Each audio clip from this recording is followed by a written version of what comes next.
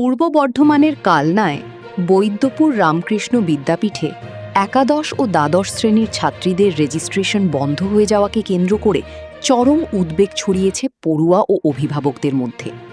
দীর্ঘ প্রায় ৫০ বছর ধরে কো-এডুকেশন হিসেবে চলা এই বিদ্যালয়ে হঠাৎ করেই তৈরি হয়েছে জটিলতা। জানা গিয়েছে, রেজিস্ট্রেশনের জন্য বিদ্যালয়ে এসে ছাত্রীরা জানতে পারে সরকারি অনলাইন পোর্টালে বৈদ্যপুর রামকৃষ্ণ বিদ্যাপীঠকে শুধুমাত্র বয়েজ স্কুল হিসেবে দেখানো হচ্ছে। সেই কারণেই একাদশ ও দ্বাদশ শ্রেণীর ছাত্রীদের রেজিস্ট্রেশন গ্রহণ করা যাচ্ছে না। এই ঘটনায় ক্ষোভ প্রকাশ করেছেন অভিভাবকরা। তাদের অভিযোগ, বছরের পর বছর ছাত্রছাত্রী একসঙ্গে পড়াশোনা করলেও হঠাৎ এই সমস্যার কারণে বহু ছাত্রীর ভবিষ্যৎ অনিশ্চয়তার মুখে পড়েছে। এখানে আলোচনা হলো আপনার যে গার্লস, এটা অ্যাকচুয়ালি বয়েজের রেজিস্ট্রেশন আছে, মেয়েদের নেই। তো মেয়েদের জন্যে আমাদের এখন অ্যাপ্লিকেশন করার জন্য এগোচ্ছে, মেয়েদের রেজিস্ট্রেশন হচ্ছে না। তো এর জন্যে এখন আমাদের যে ব্যবস্থা নেওয়া, স্যারেরাও যেগুলো বলেছেন, যেসব নিয়মাবলী, সেই নিয়মাবলীর অপেক্ষায় আমরা আছি। সোমবার বিদ্যালয়ে অভিভাবকদের নিয়ে একটি বৈঠকও অনুষ্ঠিত হয়। ছাত্রীরা জানিয়েছে, আশেপাশে উচ্চ মাধ্যমিক স্তরের বিকল্প বিদ্যালয় না থাকায় মাঝপথে স্কুল পরিবর্তন করাও কার্যত অসম্ভব। গত 1 মাস হলো আমরা বৈদ্যপুর রামকৃষ্ণ বিদ্যাপীঠে ভর্তি হয়েছি এবং খুবই ভালোভাবে আমাদের ক্লাস চলছিল।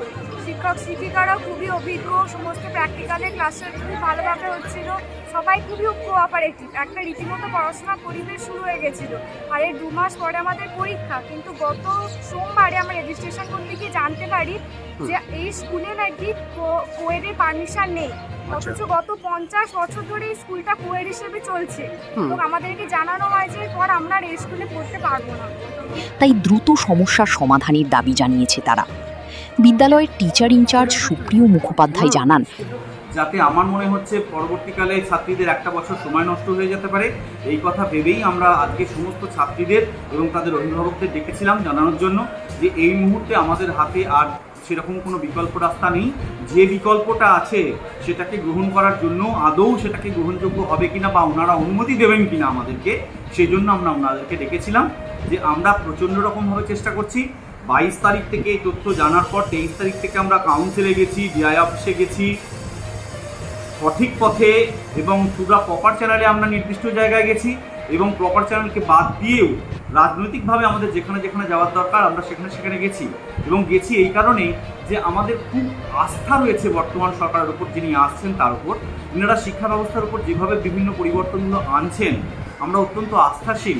অন্তত 120টা ছাত্রীর ভবিষ্যতের কথা ভেবে ওনারা আমাদেরকে পরবর্তীকালে রেজিস্ট্রেশনের জন্য অবশ্যই কোনো সুযোগ করে দেবেন বা নবতর কোনো একটা রাস্তা দেখাবেন, যাতে করে আমরা আবার এই কোয়েড মাধ্যমে আমাদের স্কুলকে পরিচালনা করি। 1976 সাল থেকে বিদ্যালয়টি কো-এডুকেশন হিসেবে পরিচালিত হলেও বর্তমানে সরকারি নথিতে সেটিকে বয়েজ স্কুল হিসেবে দেখানো হচ্ছে। বিষয়টি ইতিমধ্যেই কাউন্সিল অফিসের নজরে আনা হয়েছে। তিনি মানবিক দৃষ্টিভঙ্গি নিয়ে দ্রুত ছাত্রীদের রেজিস্ট্রেশনের ব্যবস্থা করার আবেদন জানিয়েছেন। এখন দেখার, সংশ্লিষ্ট দপ্তর কত দ্রুত এই সমস্যার সমাধান করে ছাত্রীদের ভবিষ্যৎ সুরক্ষিত করতে উদ্যোগী হয়। আপনারা দেখছেন হচ্ছেটা কি? দেখতে থাকুন, আমাদের পছন্দ ও শেয়ার করুন।